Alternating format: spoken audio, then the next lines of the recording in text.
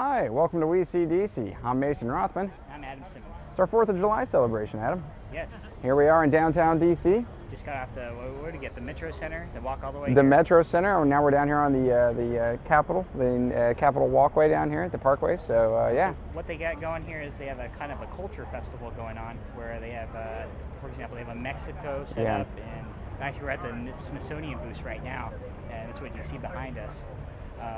So a lot of great stuff going on, and this is the 3rd of July, 4th of July tomorrow. There's still a lot of great stuff here. We're trying to get out here early. So yeah, we came down here a day early to check it out. The celebrations kind of go on both days. We don't see the fireworks till tomorrow night, though, which is the most important part, of course.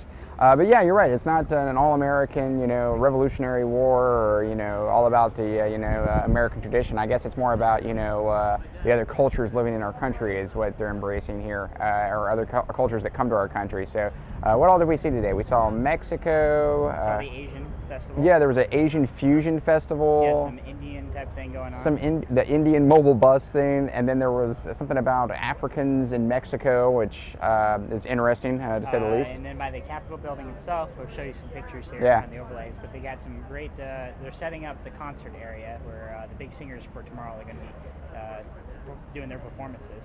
Also some great food here too. We ate at Buddy's Barbecue. Buddy's Barbecue. Which is pretty close by. I had a couple of Rolling Rocks and a barbecue sandwich. Yep, same here, pork sandwich. Adam made the mistake of pouring too much hot sauce onto his sandwich, but it was still tasty nonetheless. Absolutely. He also made another mistake of telling me that he has a crush on Reba McEntire, who is playing tomorrow night at the concert up at the Capitol. You want to talk about Reba? No, it's not going to Reba. He doesn't want to go, well, he wants to go into Reba, but he doesn't want to go into Reba right now. So that's, as we're going to walk around the festival a little more and showcase some of the venues here, and hope you enjoy our episode. Yeah, and this should be a lot of fun, and happy 4th of July to you and your families. Yep, thanks.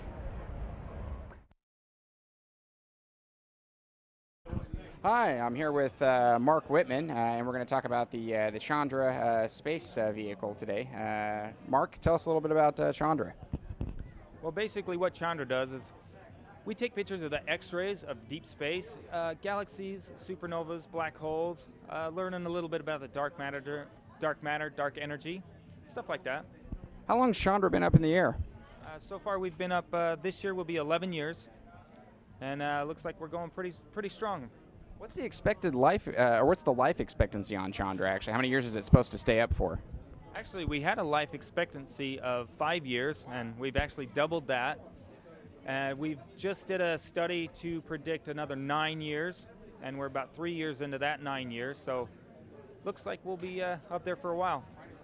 And where do you work out of? We're out of Cambridge, Massachusetts, on the Harvard University campus. And what exactly do you guys work on up there, up in Cambridge? What part of the Chandra mission do you work on? The end I work on is the actual command and control. We send the commands to the satellite spacecraft to do what it's supposed to be doing, what it's supposed to be looking at.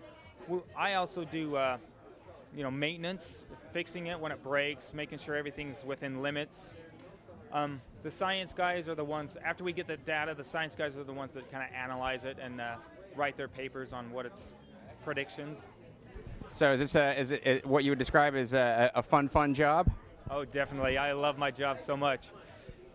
It's really exciting because I still believe space is kind of like the way of the future. We're really basically just tapping into the space, the advantages of space and satellites.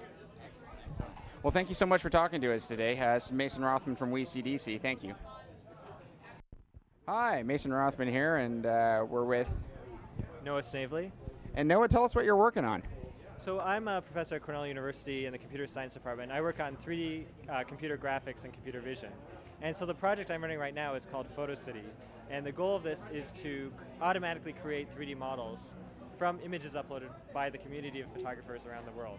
So here at the Folklife Festival, we're encouraging people to take photos of all the buildings on the National Mall, upload them to our website, photocity.com, photocitygame.com, and as a result of uploading those photos, they'll be contributing to 3D models of buildings around the mall. So I don't know if you can come over here and look at the... Sure. Adam's going to go ahead and zoom on in, and I'll let you go ahead and speak to it. Sure. So let me switch to this video. So this shows you a time-lapse video of what we're trying to accomplish here. So we're trying to build 3D models of the buildings around here, photo by photo. So you can see these little pyramids that are kind of appearing. These are each of an individual photo that was captured with a digital camera and uploaded to our site. And how many photos did that take, Noah? So this took about 100 photos to reconstruct this final 3D model of the front of the Arts and Industries building. And as each photo gets uploaded, you can see more and more points start appearing. Those are points created by using these photos to create 3D geometry. The more photos we get, the more detail we get of the buildings. So the goal is to get people to upload as many photos from as many different viewpoints as possible and get complete 3D models of these buildings. So how many places have you done this with so far? So we've done this, we've run one competition at Cornell University and University of Washington. For the Cornell competition, people uploaded, students mostly, freshmen up to graduate students, contributed over 50,000 photos, wow, building models of 60 buildings on campus.